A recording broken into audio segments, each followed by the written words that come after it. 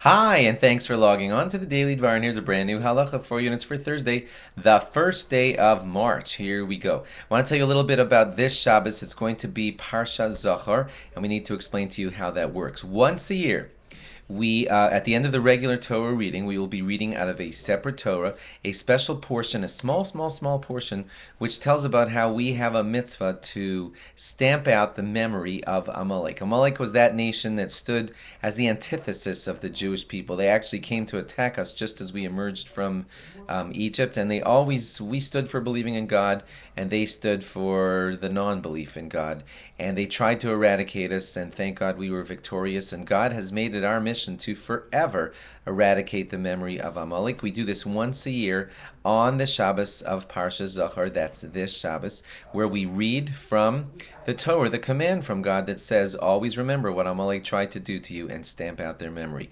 This is a biblical commandment, so everybody should try to get to Shul to hear this and hear it read from the Torah, because that is how we fulfill the commandment, by having the Torah read at a minyan, in a Shul, where we listen to it, and it reminds us about what Amalek tried to do to us and how we stamp them out forever. Interesting question for you to ponder, and that is, if God wants their memory blotted out forever, we could have just gone this simple route of never talk about them again. And that's the best way to have something be forgotten, is just forget about it. Just don't talk about it and let it just go away. But no, we make a big announcement like this one every single year. We tell people to come to Shul, we mention Amalek, and then we say stamp them out.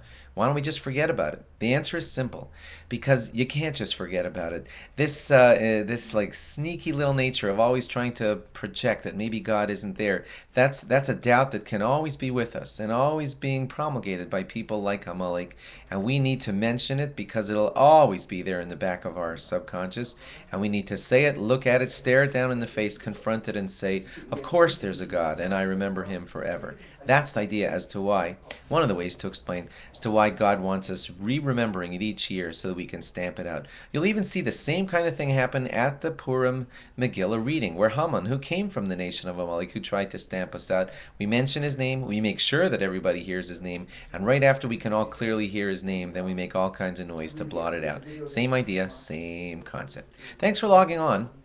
Log on again tomorrow for more. Bye-bye.